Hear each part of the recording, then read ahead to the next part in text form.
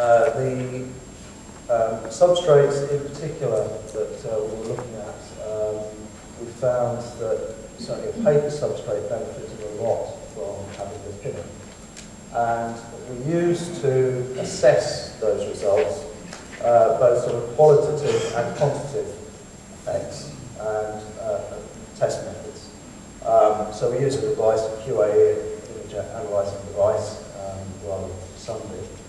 And by looking at the same portion of print every time, in fact, at the bottom of a letter H in the process, we're able to look at the effect on the actual print quality from a quantitative point of view. So that's using map paper at various speeds and with or without priming. And so the examples there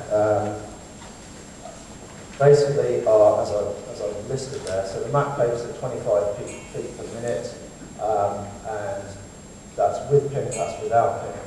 Somewhat easier to see the effect between C and D with or without pinning.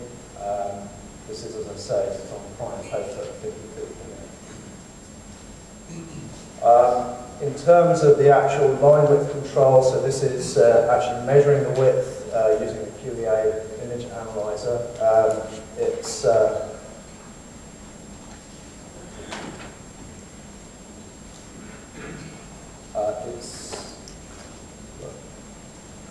the actual circumstances there really are using the Excelerate LED pinning system.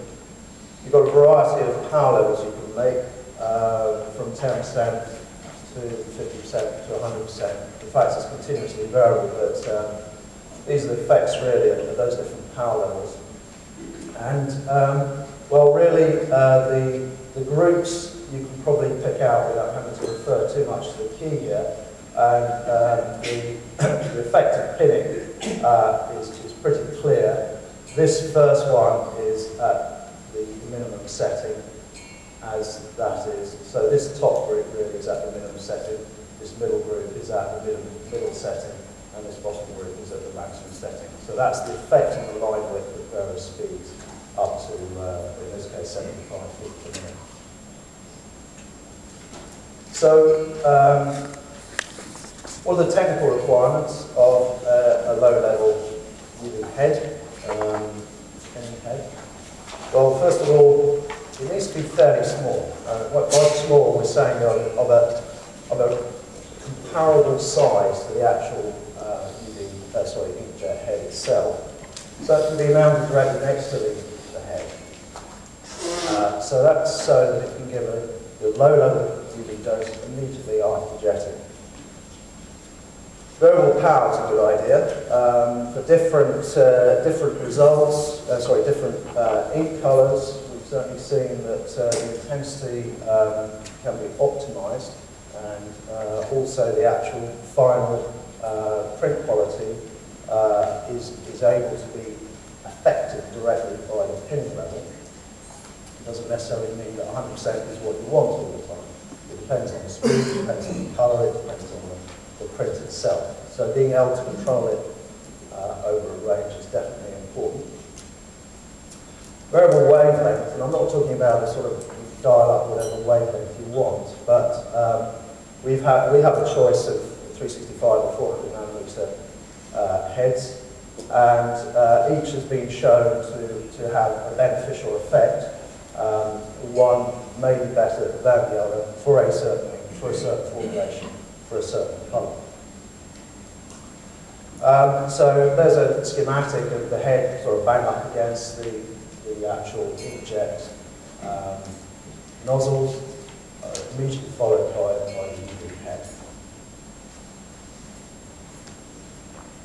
So in terms of implementation, as I mentioned sort of at the start, in fact, Excelerate has been working with LED since 2000.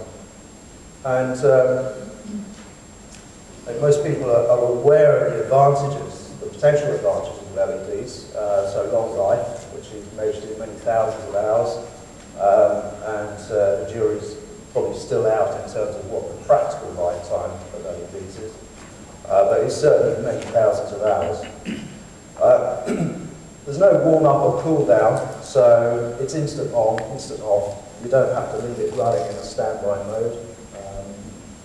Narrow UV wavelengths, so that means that you can actually optimize the emission to the process, or the process to the emission, which makes for a very high electrical efficiency because you're only generating UV that you actually want, and all the rest of the spectrum you can discard in effect.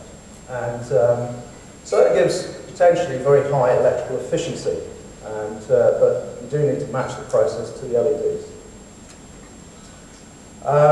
But it's only really quite recently that LEDs of sufficiently high powers have become available and at wavelengths, now 365 nanometers, to be able to combat the effects of oxygen inhibition at the surface somewhat, because all of these results are obtained in the presence of oxygen. And so 365 versus 400 nanometers, I've shown you that on the generally occurring spectrum of the mercury lamp. You have those peaks that photoinitiators will have been tuned to over many years. So Exfo's been working for more than a year on its own design of LED pinning head to mount right beside the inkjet heads.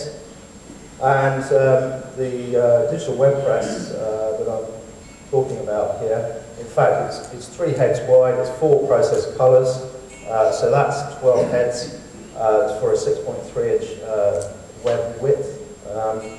And the actual results from that system, I've got some examples here.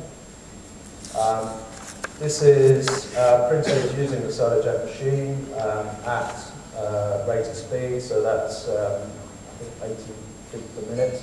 That's actually running at. I've got one print sample here, which I think is the same one.